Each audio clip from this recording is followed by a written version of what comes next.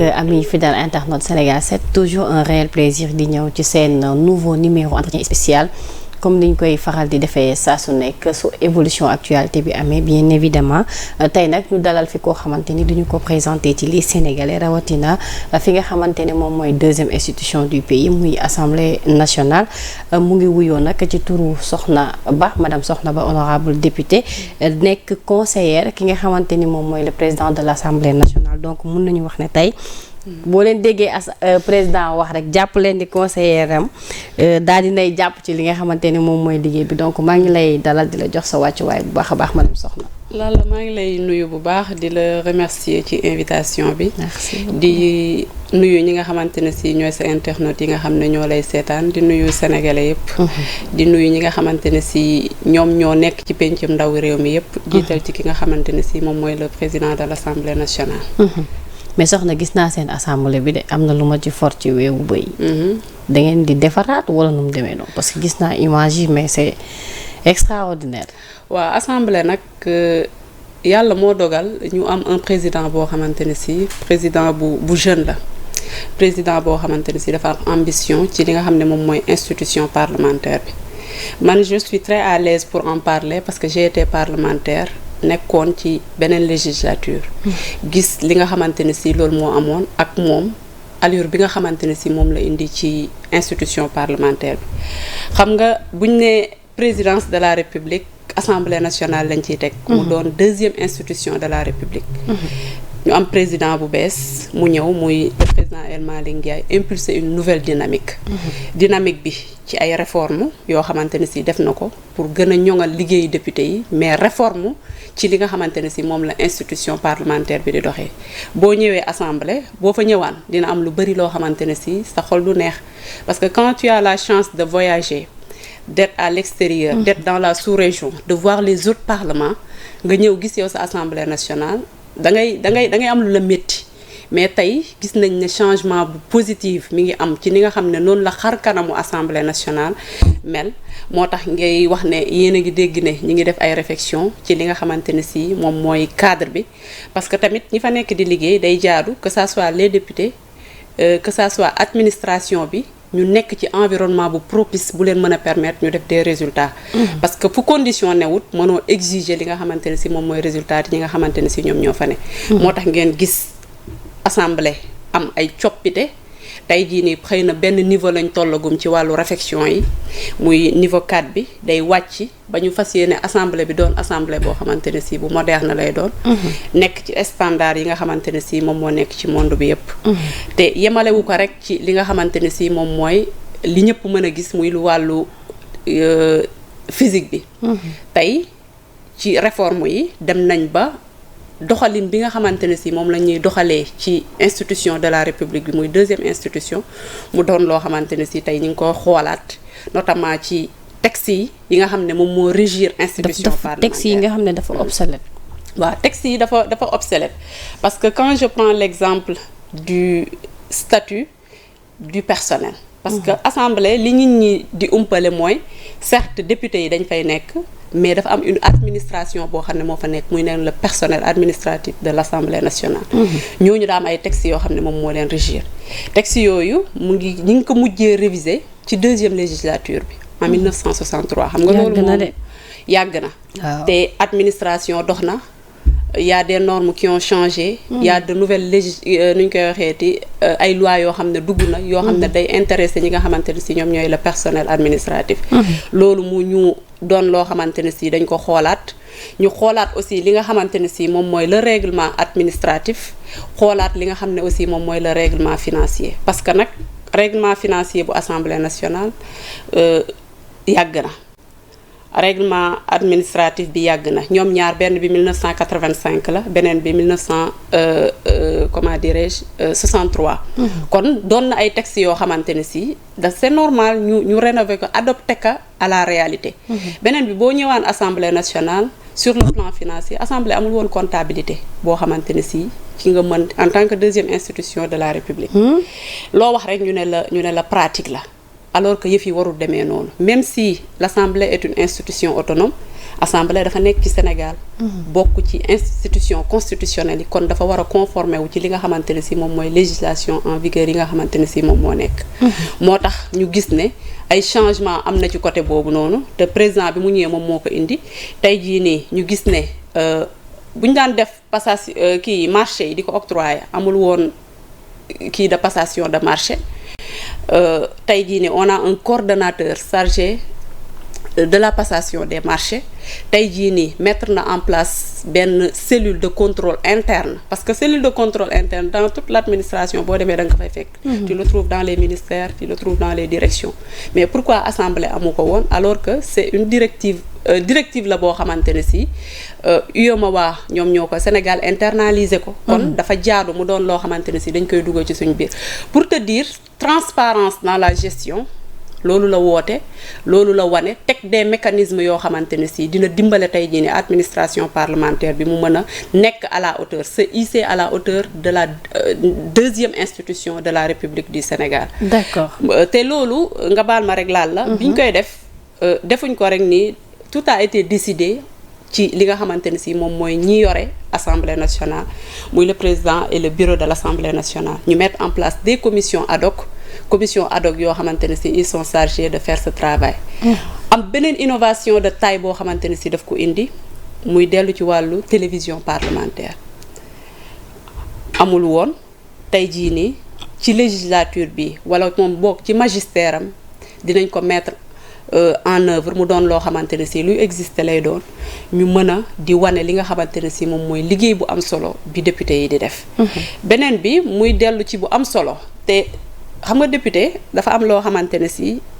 loolu moom mooy rôle am daa am loolu rôle légiférer am rôle contrôler action gouvernement mais am rôle bu essentiel te moom mooy évaluer les politiques publiques de l'État tey état mënul tëb rek jël xaalis def lu ko neex day jaar assemblée nationale ñu voté ko mu doon budget waa ñiy voté budget boobu ñoom bu ñu paree dañu war a am droit de contrôle ci li nga xamante ne si mooy crédit yi ñu jox état pour nga xamante ne si état dina ko mën a doxalee à travers ses directions et autres. En 2016 la ñu indi dernier point boobu ci lañ ko dugal ci constitution bi ne député yi dañu war a évaluer politique publique yu suñu réew. mais ba léegi. 2016 ak léegi yàgg na. amul benn mécanisme bu ñu teg boo xamante ne si ça peut permettre aux parlementaires de mieux faire ce travail là pour pouvoir contrôler ñi nga xamante ne si ñoom ñooy gouvernement. moo tax président assemblée bi mu ñëwee mu mettre en place benn commission boo xam benn comment ça s'appelle direction boo xamante ne si chargé de l'évaluation des politiques publiques lay doon boobu. et puis boobu dogguma la.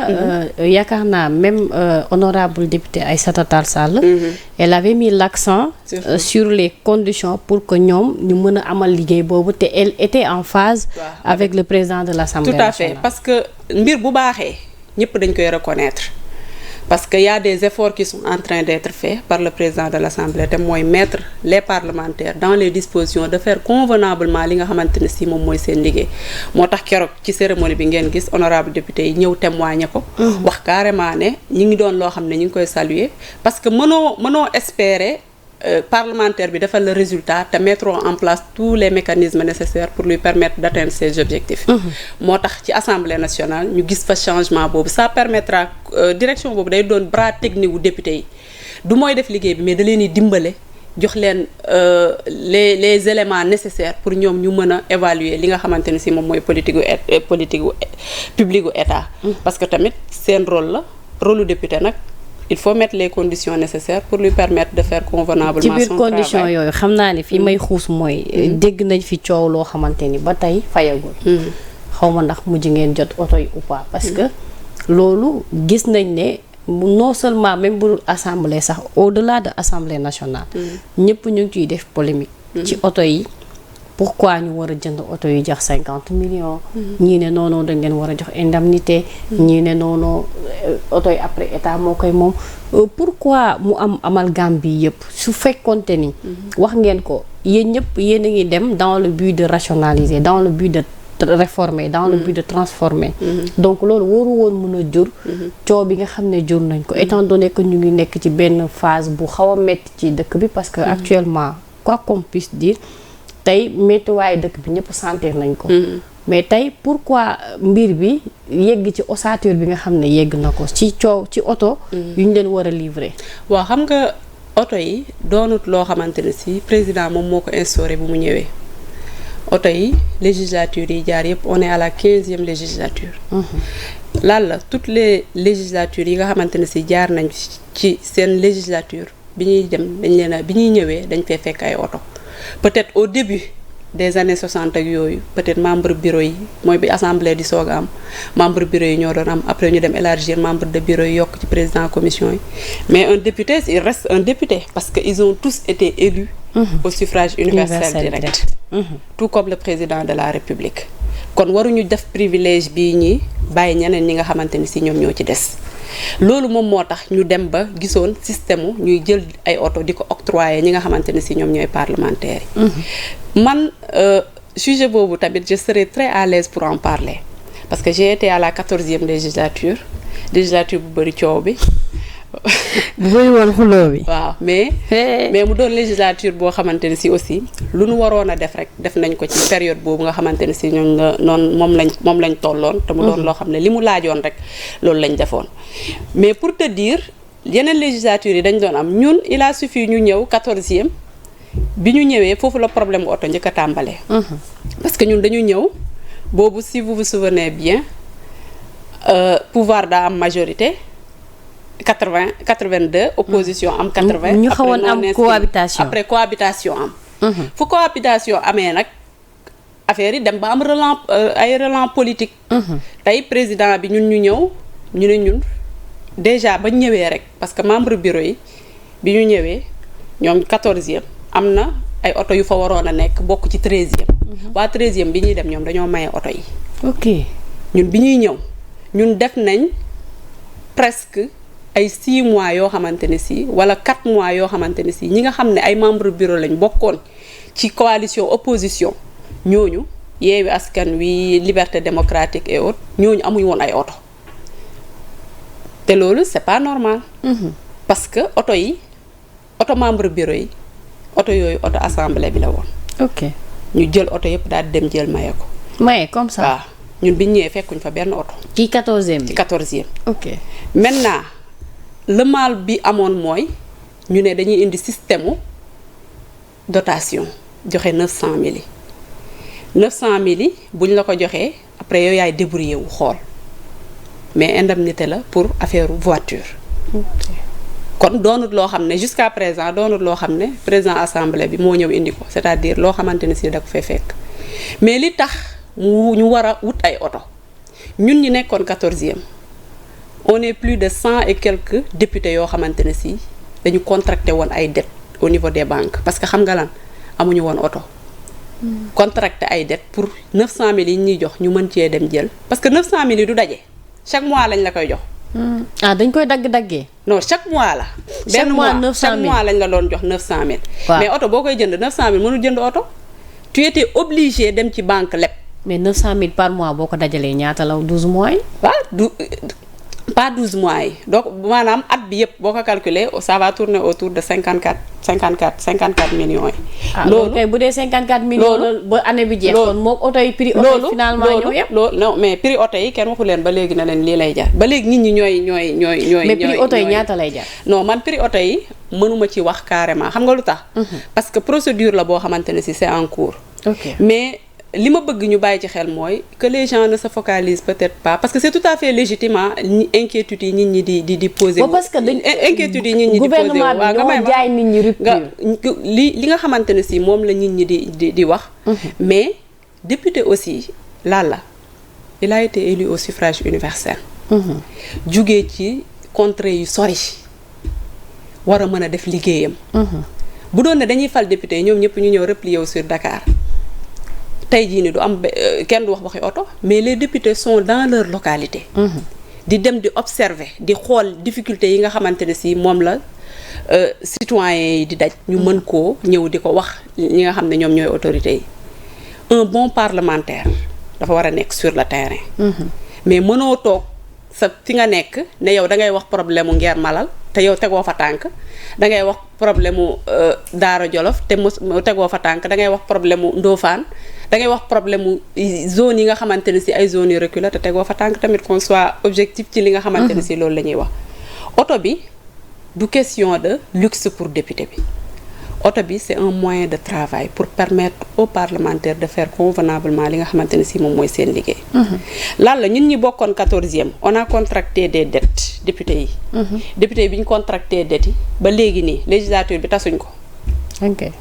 kan mooy fay bor yi député bi mënu koo fayal boppam parce que bu ñu joxoon oto tey bu ñuy dem dañuy jël oto yi bàyyee ko état. loolu du rationaliser. kon ñoom tey bu ñu ñëwee duñu wax sax ay waxi oto li ñuy wax mooy dañuy ñëw rek continuer liggéey parce que ñun ñu doonoon ay présidente commission ñii doon ay membre du bureau oto yi ñu joxoon oto yooyu ay oto assemblée nationale la. man je te donne mon cas j'ai été présidente de commission. aménagement du territoire urbanisme et autres. transport bi may oto bi dañ ma ko jox bi législature bi jeexee nekkatuma député damay delloo oto bi dama ko delloo. parce que oto bi. immatriculation wu assemblée nationale moo ci nekk ça appartient à l'institution. tey jii nii député yi bu ñu jëndal leen oto yi nekk moyen de transport ci ñoom. ba pare doon oto de qualité. tey ñin ñi defoon ay prêt yëpp jënd oto ñi changé nañ moteur man j'ai changé 2 fois de moteur waxuma la nag yeneen pièces yi ñoo xam ne seen oto daa coulé. xaaj bi yëpp seen oto yaa nga garage am na ñoo xam ne dañoo gaare instant bi oto yi mënul dem fenn oto yi mënulu leen dara parce que c'était des voitures d'occasion loolu lañ jënd. parce que on n'avait pas les moyens aussi qu'on se dise la vérité. ok député yi amuñu woon moyens yi dem wuti ji oto yi nga xamante ne si mooy oto yuy jar ay 30 yuy jar ay 35 yuy jar ay 40. am na koo xam ne dafa def prêt jënd oto bi mu jënd dafay daw ba si yàgg oto bi tàkk ba jeex laa la wax. waa léegi responsabilité boobu ci kaw kan la war a këpp ki nga xamante ne si moom moo jiite institution bi. man je me dis que le président El Malick il est en train de rendre service ñi nga xamante ne si ñooy la 15e législature. dans la mesure où du leen mettre ci situation de précarité bi nga xamante ne si moom la député de la 14e nekkoon. te député de la 14e li leen ko yóbbee lenn rek la woon mooy ñëw nañ président bi nga xamante ne si moom moo fi nekkoon ne lii la ñuy doté. ñeneen ñun ñu dem lebi ji on expose les gens instant yi ni banques yi di envoyer nit ñi ay sommations pour des députés des élus qui ont rendu service à cette nation qu'on se dise la vérité doonut loo xamante ne si lu rafet la tey jii nii buñ ko defee defuñ ko Soxna Ba defuñ ko Sanu Jon kiñ koy def wala defuñ ko Abo Mbacké Thiam kiñ koy def mooy ki nga xamante ne si moom il a servi à cette nation moo tax aspect boobu il faut nit ñi bàyyi ci di ko tenir en considération ñu di ci tenir en considération jàpp ne voiture bi moyen la boo xamante ne si ça permet aux parlementaires de faire li nga xamante ne si moom mooy seen liggéey te protection lay doon ci ñoom tey jii nii koo fi dem ci village yi plus reculé ñi nekk Dakar mën nañ bañ a am problème tey nit mën na am benn problème woo sapeur wala mu woo dara nit ki ñëw à la minute demal dans les villages wala nga dem dans les autres localités auto député yi ñooy ambulance ñoom ñooy yóbbu koor yi ñooy yóbbu nit yi ci dëj yi parce que ki nga xam ne dalaa élire nga bokk ak moom circonscription bu amee dara lu ko métti wala mu am dara loo xamante ne ci soxla la du dem di seeti keneen yow mi mu élire yow lay ñëw ne la nangam ak sàngam yow nga jéem cee wut solution moo tax jox leen oto yi doon na loo xamante ne si dina leen faciliter ñu def li nga xam ne mooy seen liggéey parce que am na ci législature bi ay députés yoo xam ne dañu doon ñëw session ils ont pris mooy wargaynde yi ñu def ci ay choc la responsabilité aussi de ki nga xam ne moom moo jiite institution bi elle est engagée day engagé wu moo tax man ma jàpp ne oto yi peut-être ñi comprendre ba mu jeex tàkk ak ñi nga xamante ne si peut-être mësuñu nekk confronté wu difficulté yi nga xamante ne si ñun ay en tant que ay parlementaires amoon nañu ko mën nañu am benn appréhension bi mais da nga leen di jox rek bonne foi parce que nit bu comprendre ba mu jeexit dina am noo xamante ne si noonu lay waxee mais nañu jàpp ne oto yi nécessité la pour permettre aux parlementaires de faire convenablement leur travail. dégg naa nag ay parlementaires yoo xamante ne si ñi ngi wax ne ñoom ñu joxoon leen 900 000 yi moom moo gën lan la dans la vie bu raisonner en ta faveur. tey les choses te sont propices nga ne man nañ def li ma arrangé yow boo amee oto ñu jox la 900000 moo gën. mais ki nga xamante ni si amul oto day dugg ay war gaynde pour ñëw session ñii di jël ay taxi kenn ku nekk di xool di débrouiller wu kooku nga jox ko oto mettre ko dans les conditions nécessaires loolu moom moo ëpp li nga xamante ne si moom mooy sens parce que 900000 bi doonut pour leneen 900000 bi dañ ne la pour transport la on peut pas régler des cas individuellement cas par cas. dañuy régler ci li nga xamante ne si moom mooy généralité bi ñun ñëpp ñu bokk ci yem. te parlementaires yi man ma conviction reste que dañ leen a war a mettre dans les conditions nécessaires pour qu'ils puissent faire convenablement li nga xamante ne si moom mooy seen liggéey. kii liggéey parce que da ngay dem ci état nga xool tey jii ni les directeurs généraux les PCA. ñoom ñëpp kenn ku nekk am nga moyen de transport du question de auto luxe la loolu il faut que ñu demee ci tuuti nuñ koy waxeeti xaw ci jël tuuti écart.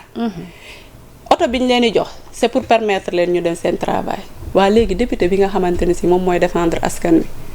moom moo nekk ci soxlay askan wi war leen a défendre war a xam seeni ay jafe-jafe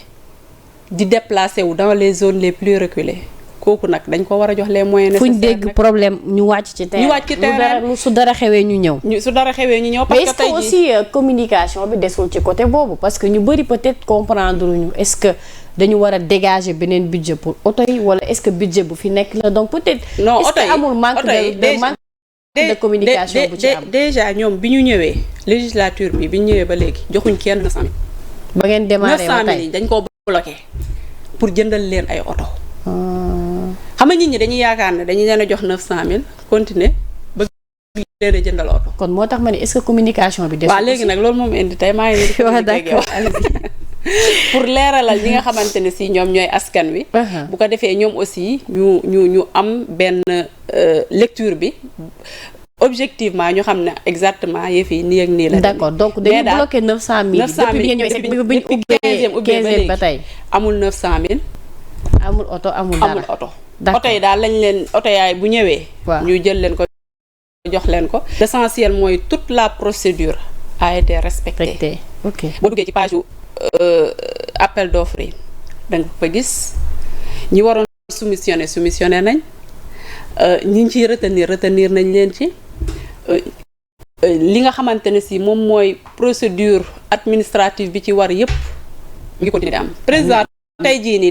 li mu def nii mënoon na ko ci bañ a fekk en fait parce que ñeneen ñi dañ doon ñëw rek duñ topp sax ay procédure da ngay ñëw xool kenn après nga jël marché bi jox ko mu dem indi oto. mais problème bu marché boobu am na yenn jaaykatu oto yoo xam ne dégg naa mais jaaykatu oto yi génn nañ nee nañ ñoom ils n'ont pas kenn boo gis naa kenn mu ne moom. non duñu tudd pour ne pas faire la publicité. mu ne moom dafa décider. de ne pas soumissionner. ok waa léegi yow yaa décidé ne tu vas pas soumissionner léegi après kon lu indiwaat débat wu ñëw di wax ci oto yi yow yaa décidé de ton plein gré nga ne man du ma soumissionné. boo soumissionné wul nag kon amoo droit ñëw di am loo xamante ne si yaa ngi wax ne affaire yi ni ñu ko defee jaarul yoon alors que toute la procédure. est-ce que yéen leen ko redressement fiscal bu bari aussi. loolu nag day dem laaj waa ñi nga xamante ne si ñoom ñooy. fiscalité bi métti na ci ñoom ñooy liggéey loolu mais ñi nga xamante ne si daal jaar nañ ci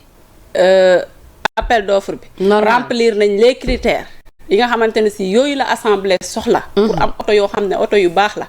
bañ a jënd oto nii rek pour le simple plaisir que dañ koy jënd. jox ko député yi après nga daw ci quelque temps affaire bi am panne nga ñëwaat indiwaat ko assemblée noonu. ki la jaay oto te affaire bi li ci intéressant mooy. ki gagné marché bi moom mooy yore entretien yi. ki gagné marché bi mooy def entretien yeeg yëpp 3 ans. pendant 3 ans. ak comment ça s'appelle ak affaire assurance yi aussi moo koy gérer. ñun ñi jëndoon ay oto suñu bopp 14e ñun bu ñu amaan panne assemblée mooy ñëw supporter ko. moo tax garage assemblée à tout instant da nga doon gis nit ñi di dem nit ñi di dikk parce que député yi ay auto occasion lañ jënd. auto occasion nag boo ko jëndee après li la ciy fekk moom mooy ay frais supplémentaires yoo xamante ne ci institution bi après moom moo koy supporter. alors que tamit voiture yi après. je pense que gars yi kon lu tey élément kii moo ñëw président moo ñëw je pense que li mu wax la leer na ci kon wax nañ mën a close. coowal oto yi kañ lay ñëw.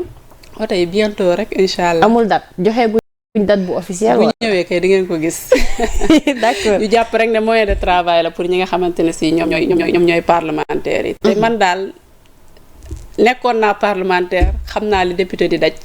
pour def liggéeyam moo tax mettons-les dans les conditions nécessaires pour ñu mën a def li nga xamante parce que ils auront l'obligation de faire des résultats parce que ils sont été mis dans d'excellentes conditions pour pouvoir travailler. Alors ci biir résultats yooyu nga wax gisoon nañ fi commission bu nekk mu ngi doxal. Donc peut-être léegi ngeen dem vacances parlementaires. xëy na peut-être balaa session bi di clôturer est-ce que mun nañu xaar projet de loi yi nga xamante ni quand même wax dëgg yàlla population bi nag ñu ngi koy xaar. te ba tey gisaguñ ko ñu mettre ko en exergue. parce que gisoon nañ fi coowal amnistie mu jur fi coow. conseil constitutionnel. kenn waxatul lu jëm ci loolu. donc bëri na ci ay proposition projet de loi sur l'homosexualité jaar na fi. temps yi rek coow li newoon na fi xuus. ba tey amagul benn pas en avant. lu jëm ci réforme institutionnelle yi loi yu bëri nit ñi ñu ngi koy xaar en fait. mu bokkoon ci seen programme de campagne mun na moom ngeen campagne ba tax tey ñu bëri voté laat leen ngeen am 130 députés. Au niveau de cette 15e législature. Donc ma bëgg a xam exactement proposition projet de loi lan moo tax mu yéex su fekkente ni aussi travaux yi commencé na wala ñoom ñu ngi ciy liggéey aussi nit ñi mën a xam ñu xam fan la yëf yi toll. waaw xam nga proposition député dafa am loo xam ne moom loolu mooy projet de loi bi initiative bu gouvernement la. Gouvernement bi moom mooy def ay initiative am. ñëw indi ko def ko proposition de loi mooy réforme yi nga xamante ne si yooyu nga wax sànq. ne gouvernement bu bees bi ñu ñëwee ñoom waxoon nañ ko.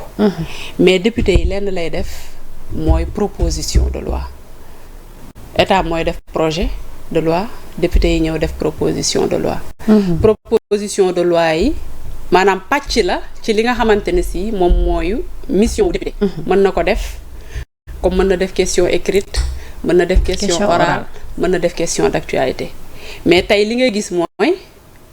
question orale question actualité moom kenn du ko jooy ci réew mi. waaw député yi ñi ngi koy def nga xamante ne si noonu la waree parce que tamit doone parlementaire laa rek damay toog lu état def rek ma ne non gonga parlementaire nga tu as été élu par le peuple lu yittee peuple bi rek yow da nga ci war a continuer di dox. parce que aussi ñoom ñoo la tax ba nga ñëw fi nga xamante ne si moom mooy ci institution de la république bi moo tax tey nga gis député di jël initiative yooyu maintenant nag gouvernement moom ñoom peut-être ils auront le temps de revenir si réforme yi nga xamante ne si ñoom waxoon nañ ne dinañ ko def mais bu delloo daal ci wàllu assemblée nationale proposition yi fay ñëw ñi ngi koy étudier donte ne ay lenteur dina am dans la démarche parce que administration la te ba léegi mécanisme yi nga xamante ne si moom moo war pour permettre tey ji yooyu yëpp facile dafa doon loo xamante ne si day xaw a des tey mënoo wax ne assemblée nationale fonctionné wut par rapport ak initiative parlementaire yi. commission yi tey jii nii kenn ku nekk on a 14 commission yi tey boo ci demee commission bu nekk mi ngi fonctionné ni nga xamante ne si noonu la waree. di def li nga xamante ne si moom mooy liggéeyam. am na commission yoo xam ne à l'Assemblée daawaloon gis sax ñuy réunir lu bari man je me rappelle 14e législature ñun bi ñu fa nekkee. je faisais partie de la commission des délégations commission bi ñu ne dañuy réunir nit ñi dañ ne commission bi warul réunir en fait. parce que commission bi il ne s'est jamais réuni elle ne s'est jamais réunie du moins muy commission délégation. parce que dañ ko assigné rek service de délégation ñu ne non bu président bi kii après ci lañuy jéem a xool commission bi kan mooy assurer intérim bi et ak genre alors que ci commission boobu prérogative am da ci bokk mu def suivi et évaluation des lois déjà votées maanaam moom ñaari tànk lay taxawee dina def suivi ak dina am mission de délégation yoo xam ne président moo koy délégué naka defal lii mais jamais au plus grand jamais ça a été le cas tey commission boobu noonu à l'Assemblée nationale c'est la 15e législature ñi ngi réunir ñi ngi def seen activité la commission comptabilité de l'Assemblée nationale qui était chargé de gérer finance assemblée budget autonome la yore mais dañ ko war a contrôler. dañ ko war a xool li muy dox nag li muy doxalee nan la koy doxalee est-ce que ndax xaalis bi fi mu war a dem mu ngi koy dem avec des pièces justificatives man foofu laay saluer transparence bi nga xamante ne si président assemblée nationale mu ngi koy def te mooy mu initier benn cellule de contrôle interne boo xamante ne si day contrôler li nga xamante ne si moom mooy wàllu finance bi xaalis bi fii la dugg xaalis bi fee la génn avant yeneen yi nga xamante ne si mooy corps de contrôle yi nga xam ne mooy corps de contrôle état ñëw di ko def. moo tax da ngay jàpp ne parlementaires yi ñi ngi def li nga xamante ne si moom moo leen war ci seen wàllu liggéey te mooy ñi ngi voté loi yi ñi ngi jël ay initiatives parlementaires ñi ngi contrôler action gouvernement beneen bi lu am solo parce que dafa kii yoon c'était pas récurrent nga di ko gis lu bari te mooy gouvernement di jaar assemblée di ñëw di répondre aux questions des députés muy question d'actualité législature bi bu mu dooree yàggul mais gis nga à 2 reprises chef du gouvernement premier ministre ñëw na ànd ak ministre mi ñu ñëw toog députés yi poser leen ay questions des questions très pertinentes. mais bi passé gars yi dañ boycotté. ñu ñëw répondre waaw loolu aussi xam nga loolu mooy guérilla parlementaire ñun on a eu à la ñun boycotté wuñ mais dañ doon def à notre manière. temps yi nekkee woon a député kenn ku nekk tamit am nga sa ay nuñ koy waxeeti ay. stratégie yoo xamante ne si noonu ngay defee mais parlementaire moom teewal sa bopp boo teewalul sa bopp peuple bi nga teewal tu as l'obligation d'être présent. parce que assemblée loolu mooy charme am en fait. loolu mooy vitalité dans un pays. tey nga ñëw parce qu'elle est du pouvoir keneen ñëw tuuti contraire parce que moom elle est de l'opposition. parce que loolu mooy tax faire li nga xam ne loolu lay liggéey mais aussi opposition mu gën a xam fan lay mën a teg tànkam pour gën a jegewaale jouer jàpp ne ce peuple moo la désigné ce peuple moo la mandaté kon tu as l'obligation d'être présent de participer aux discussions yi nga xam ne moom mooy am dans l'institution parlementaire. assemblée bi da ngay gis ay députés de l'opposition ñëw taxaw pourtant duñu dem dañuy ñëw taxaw wax li nga xamante ne si loolu la ñu war a wax bu ñu leen tontoo ñu tontu ñoom li ñu war a seen devoir dañ koy def parce que loolu mooy njëriñu parlementaire. unanimité mënut am ci lépp yàlla suñu borom moo ñu am na ñoo xamante ne si ñi ngi def li nga xamante ne si loolu la wax te loolu mooy li normal mais am na ñeneen ñoo ngi def leneen loo xam ne lu ko safaanoo la mais teewul ne moo ñu moom ñun ñëpp kenn ku nekk dalay bàyyi ci li nga xam yow loolu nga choisir def ko mais wax na li nga xamante ne si moom mooy grande comment dirais-je principe yi nga xamante ne si moom la àdduna war a doxee ne opposition mu ngi jouer rôle opposition pour mu ngi jouer rôle pouvoir parce que tant que kii mi ngi wax ne nañu def lii keneen di wax ne niñ ko defee woon nii mu gën a baax loolu njariñu lay doon. d'accord mënuñoo jeexal soxna te duñu ci actualité bi parce que gis nañ ne premier ministre du moins le président de la république son excellence demoon na ci nord bi am visite bu mu fa amal ñu waroon fa implanter benn usine boo xam ne nekk na fa donc mu nekk ay visite yoo xamante ne mi ngi koy amal war a dem aussi États-Unis premier ministre moom it dem Chine ñoom ñaar ñëpp buñ demee kuy garder dëkk bi xanaa président assemblée. dat yi ñoo bokk. ñetti pouvoir fi nekk bu fekkee non primature moom da nga koy jëlee boole ko ci exécutif bi d'accord ba tey léegi exécutif bi buñ demee xanaa deuxième institution bi géré kon ba ñëw donc mu nekk ay visites yoo xamante ne en tout cas mun nañu wax c'est dans le cadre de la diplomatie aussi. non c'est dans le cadre de la diplomatie may nga ma sax occasion ma waxaale ci diplomatie parlementaire parce que yéen a ngi koy gis président assemblée di génn di dem à l'étranger di rencontrer ay homologam président d'assemblée di rencontrer ñeneen ñoo xamante ne si ci yeneen secteur d'activité la ñu nekk nga gis ne diplomatie parlementaire bi mi ngi dox ci ni nga xamante ne si noonu la war a nekkee parce que 2 pouvoirs la exécutif dafa am législatif am législatif bi mu ngi exécutif bi mu ngi jouer rôle am mais en tant que parlement aussi parlement bi mu ngi jouer rôle am par rapport à la diplomatie parlementaire et c'est des choses yoo xamante ne si la population les gens la sous-région les gens ils apprécient parce que gis nañ ne dina gën a participer au rayonnement de notre pays ci domaine yi nga xamante ne si domaine yi muy intervenir yépp la tey jii nii président bu demee parce que état aussi noonu la doonu à tout instant autorité bi day rester sur place l'autorité doit partir en voyage aller chercher des partenaires chercher des bailleurs chercher de l'argent surtout xool naka lay def ba gën a mën a ñoŋal li nga xamante ne si loolu lay def ci wàllu ci wàllu réew mi moo tax dañuy jàpp ne rek ay voyage la yoo xamante ne si jàpp nañ ne ça peut rapporter à notre pays te du doon loo xam ne président rek lay rapporter parce que bu ci ay retombées amee ça sera des retombées pour l'ensemble du peuple sénégalais yi nga xamante ne si ñoom ñoo ko joxoon nuñ koy waxeeti fal ko ba nga xamante ne si tey jii ni moom moo nekk ci destiné wu sénégalais yi moo tax daal jàpp naa ne voyage yi c'est tout à fait normal nga dem uti ay fonds étant donné que opposition bi tout le temps dañ leen di sànni xeer di wax ne sous région bi rek ngeen di yem kañ ngeen di génn voyage moom mënul ñàkk te tamit xam nga calendrier état man bokkut ak sama calendrier man sama calendrier maa ko yor ma neexee tey ma dem fi ma neexee ma dem fële mais quand le président part il engage toute une nation quand le premier ministre part il engage toute une nation quand le président de l'Assemblée nationale part aussi il engage toute une nation donc il faut nit ñi aussi jiital raisonnement boobu et ça peut nous permettre d'aller de l'avant et sénégalais daal gën cee mën a gis seen bopp beneen bi mu doon lu am solo laal la nga assemblée nationale commission yi kenn ku nekk da nga doon liggéey de manière dispersée yor sa initiative bopp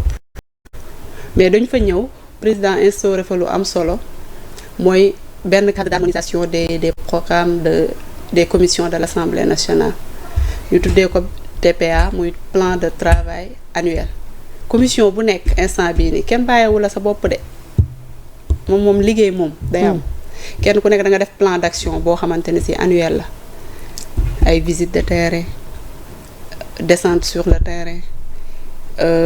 rencontre avec les autorités rencontre avec aller dans les zones les plus reculées où les populations vivent des difficultés comme ñi nekk ci abri provisoire yeeg yooyu par exemple je donne le cas bi problème bu Mauritanie bi amee la commission affaires étrangères dafa déplacé wu dem ba foofu yooyu yëpp ñu jël ko harmoniser ko mettre ko dans un document ñu am benn plan de travail annuel boo xamante ne si ça permet à l'Assemblée nationale d'avoir de la visibilité sur li nga xamante ne si loolu la commission yi def permettre aussi population bi ñu xam li nga xamante ne si loolu la député yi di liggéey tey jii ni bu télévision parlementaire bi ñëwee bañ gis programme parce que nit ñi les gens ils pensent que le travail parlementaire bi moom ça se limite seulement plénière bi ñu ñëw parce que loolu la nit ñi di filmer alors que y a un travail boo xamante ne si moo fi nekk da nga gis député yi ñii di dem ci wàllu pêche bi ñii di dugg ci dem ci nuñ koy waxeeti ci àll bi di xool mbay mi nan lay doxee parce que dañu xam seen mission en fait nit boo xamee sa mission da nga ciy dem ba mu jeex moo tax ñu war laa jox les moyens nécessaires pour yow nga mën a def li nga xamante ne si moom mooy sa liggéey. alors bëgg naa ci diplomatie bi mu ñu tëjee ko. noo gisee candidature président Macky Sall ci secrétaire général ONU bi si toutefois que Sénégal war a porter candidature est-ce que dina. man gisoo ne candidature bi officielle na de. li coow li man sama gis-gis mën na doon lu personnel mais comme candidature la boo xam ne nit du ko porter état moo koy porter laissons à l'état le choix de. mais loolu foofu mooy wax ci est-ce que état bi dina ko porter comme ni mu ko war a porter. laissons à l'état d'apprécier man moom doon fa état mën maa jël décision à la place du président wala keneen le président de la République. autorité moom le moment venu ak ñi nga xam ne ñoom le premier ministre rek les membres du gouvernement ñoom ñi ci war a wax dinañ ci wax mais doonut loo xamante ne si parce que moom moo koy parrainer pour mu dem alors xam nga lu tax ma taxaw ci kaawu candidature ONU bi parce que dañ ci gis ay réaction yu bari loolu moo tax sax parce que su wàllu diplomatie expérience wala par conviction moo tax ma rebondir ci question carrément sa gis-gis wala sa analyse par rapport ak et que jàpp nañ ne aussi bu fekkente ni candidature bi c'est officiel waru agence ak li fi jot a xew yëpp mais xam nga ba léegi nit ñi rek ñooy spéculer man nag spéculation dafa am soxna man nag am ne wax nañ ne ancien président moom wax na ci ne man sincèrement man nag lu ma gisul lu officiel je peux pas m'exprimer dessus mais moo tax ma ne la le moment venu bu dee ne c'est officiel ñoo ko war a dox war caa wax ñoom dinañ ci état bi war a porter candidature ñoom dinañ ci joxe seen position war a porter candidature bi ñoom dinañ ci joxe seen position en tout cas loolu dina nekk moment bu solennel ni comme ni nga ko waxee c'est officiel ñu xam ban posture lañ ci jël parce que gis nañ le cas de Amadou Hott wax dëgg yàlla peut-être niñ porté woon candidature malgré que jàllul ci élection bat bi xëy na peut-être looloo tax gars yi di anticiper sax par rapport ak position ki nga xamante ne moom mooy Macky ci secrétaire général bu ONU bi on verra alors merci beaucoup honorable amoon naa un réel plaisir dalal la je pense que waxtaan bi yëpp question yëpp épuisé nañ ko comme ni ñu ko planifié woon ma bàyyi la nga tàggatoo internet yi ba prochaine fois waaw di la remercier internautes yi di wax ne le débat était passionnant wax nga ba indi ma ci émission bi rek mais di wax rek ne di encourager ñi nga xamante ne si ñoom ñoo nekk dans l'institution parlementaire que ça soit le président que ça soit ñi nga xam ne ñoom ñooy parlementaires yi pour le travail qu'ils sont en train d'abattre parce que man je me dis que succès bu amee ça sera benn succès de toute une génération le président de l'Assemblée nationale El Malick Ndiaye président la boo xam ne il est le 12e comme 13e président de l'Assemblée nationale du Sénégal doon xale am ñu bari ñoo xamante ne si jaar nañ fa doon ñu ko mag mu am ñëw tey jii nii ñaan yàlla def lu ëpp li nga xamante ne si loolu la ñeneen ñi doon def te mu teel koo commencé à travers ces réformes à travers ces initiatives qu'il est en train de prendre au niveau de l'institution parlementaire pour que institution bi mu mën ko hisser à la dimension de la deuxième institution de la République du Sénégal moo tax ñu fierté lay doon mbégte lay doon kontaante lay doon ci ñun ñu mën a participer à la construction de cette nation à travers li nga xamante ne si moom mooy le pouvoir législatif te permettre parlementaires ñu mën a def li nga xamante ne si loolu mooy seen liggéey di la remercier encore une fois di ñaanal ñëpp jàmm occasion aussi pour moi nga may ma ko rek sama kilifa sama sëriñ sëñ Moustapha Sy dañ koy sargal le samedi incha allah occasion pour moi ma di ko ñaanal gudd fan amiin di ko ñaanal wér di ko ñaanal moo xam li mu yéene yàlla na ko yàlla defal Dakar Arena lañ koy defee suba incha allah